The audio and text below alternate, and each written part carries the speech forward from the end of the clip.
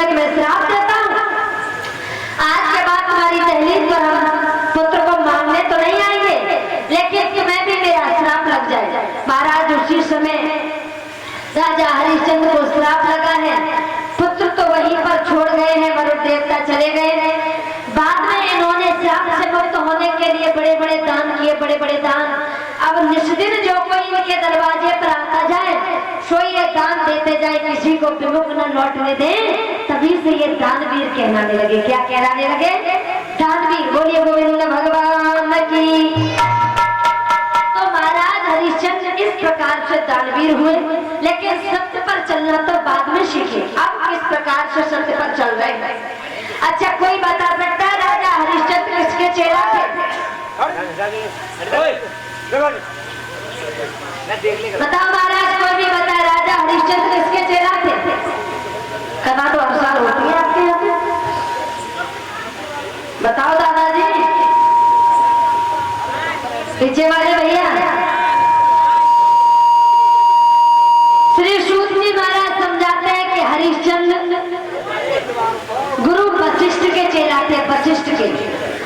महाराज इनके कुलगुरु ही वशिष्ठ थे, क्योंकि आगे यही वशिष्ठ जी श्री राम जी को शिक्षा देंगे, शिक्षा।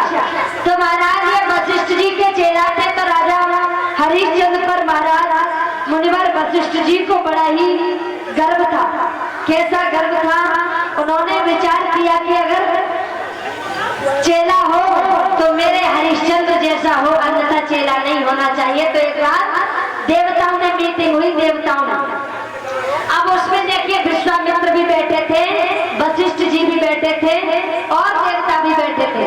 तो वशिष्ठ जी अपने शिष्य की बड़ाई करते हुए वहां पर कहे कि मेरे जैसा शिष्य किसी का नहीं होगा, दानवीर है, किसी को विमुख नहीं जाने देता, जो भी दरवाजे पर आ जाए, जो भी मांगे मेरा चेला उसको दे देता है। अच्छा, दूसरे व्यक्ति अगर बड़ाई सुन रहे हो तो किसी किसी को जलन होती है महाराज। विश्वामित्र भी वहीं बैठे थे। विश्वामित्र ने कहा ऐसे कैसे कह सकते हो? तुम्हारे चेला की तो अभी परीक्षा नहीं ली है, तो हम कैसे जाने कि तुम्हारा चेला दानवीर है? वशिष्ठ जी ने कहा है अरे अगर तुम्हें परीक्षा ही लेनी है तो जाओ और मेरे चेला की परीक्षा दे, मेरा चेला फेल नहीं होगा, ये मेरा वादा है। आज वशिष्ठ जी की बात सुनकर के विश्वामित्र जी कहने लगे सुनो,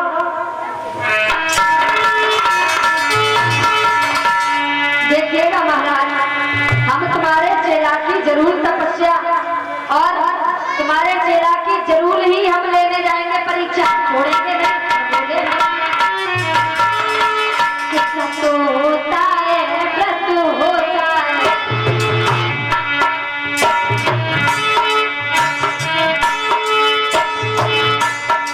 तो होता है व्रत होता है, हर सीमा सबकी होती है, सावन भादों से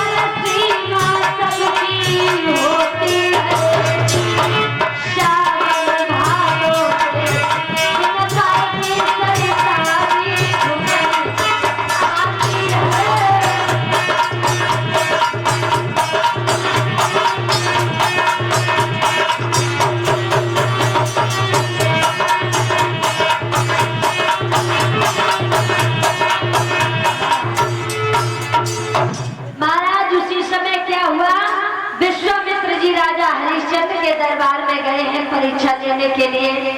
अब महाराज विश्वामित्र जी परीक्षा लेने के लिए चले, सो विचार करने लगे कहाँ से स्टार्ट करें परीक्षा लेना। सो महाराज शूकर का रूप धारण कर लिया, शूकर का। अब विचार करिए, चाहते तो वो हाथी का भी रूप धारण कर सकते थे, बंदर का भी कर सकते थे, लेकिन नहीं, शूकर का ही किया। क्योंकि उन्होंने कहा जो नीच उसमें बताते हैं वो जानवर सबसे छुआ ही होता है। उन्होंने कहा देखते हैं अगर सत्यवादी है तो हमसे कितना छुआछूत मानता है, आप भी देखते हैं। शूकर का रूप धारण किया, बाग में पहुंचे, सारी बाग को उजाड़ दिया, और जब माली आया तो माली की जंगा को भी फाड़ दिया महाराज, जंगा को।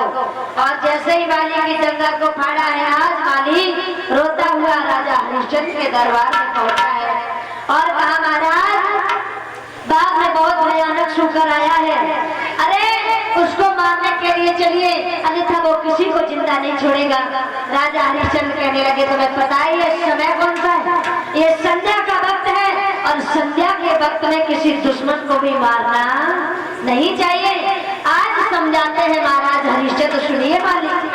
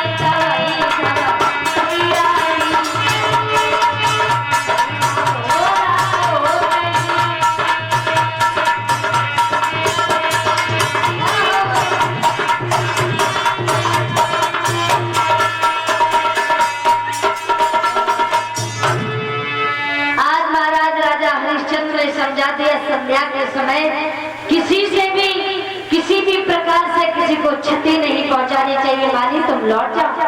परीक्षित जी जैसे ही माली को लौटा दिया, उसी समय भोर हुआ। राजा हरिश्चंद्र सेना को लेकर के चले, सारे बात को गिरवा लिया। छत्रपति राजा है, किसी चीज की कमी तो है नहीं। सारी सेना को चारों तरफ लगा दिया और कहा जिस किसी के भी हाथ से अगर शूकर निकल गया तो समझ लेना उसी की आफत है। कैसे? अरे माली बोलो महाराज। कितना बड़ा था शूकर? शूकर ये तो वड्डो कि मैं तो देख ही ना पाऊं। देख ही ना पाऊं? हाँ महाराज, के तो वड्डो में ना देख पाऊं। वैसे आओ और जान की निपटी हो, खाए के तुरंत भाजी को मैं तो ऐसे गिर पड़ू। देख रहे हो परीक्षित जी, ना जैसे डबल उल्लू न मिलेंगे तुम्हें। महाराज एकदम से कहा देखो हमने सारी सेना लगा दी है। अच्छा हाँ, और हमारी एक शर्त है। कौन सी? जिस किसी के हाथों से शूकर निकल जाएगा उसी की गर्दन समझ लो सर से अलग हो जाएगी। महाराज छुट्टी न मिल सकते आज? आज छुट्टी का तो कोई मौका ही नहीं है। देख रहे हैं कब तक छुट्टी न मांग सके, जो कहने की मौत की बारी आई सो छुट्टी मांगने लगे। महाराज मन्नत में कतई दत्त ना होता है हमारे घर में। प्रधान जी छुट्टी दे दीजिए, नहीं करना है छुट्टी ना मिलेगी। प्रधान जी मुझे कही है महाराज। हाँ चलो सेना के आगे है कि सूकर निकल वो सजाए बहुत, अगर तुम्हारे आगे है कि राजा अगर कोई भी न्याय करता है तो उसको न्याय ही समझना चाहिए, ओवर नहीं बोलना चाहिए। हम तुम्हारे राजा हैं। एकदम से कहा महाराज फिर तुम्हारी इच्छा है, आज कह दिया जिस किसी के हाथों से निकलेगा सूकर उसी का वध हो जाएगा, ध्यान रखना। तो सारी सेना सशक्त हो गई, लेकिन सूकर बने विश्वामित्र विचार करने लगे अगर मैं सेना के हाथों से निकल गया तो बेचारे बिना मौत के मारे जाएंगे, तो क्यों ना हम राजा के यहाँ से निकल जाए। अब सूकर का रूप धारण करके महाराज मायावी रूपी थे, तो ये एकदम से छलांग लगाई है और राजा के हाथों से सूकर निकल गया।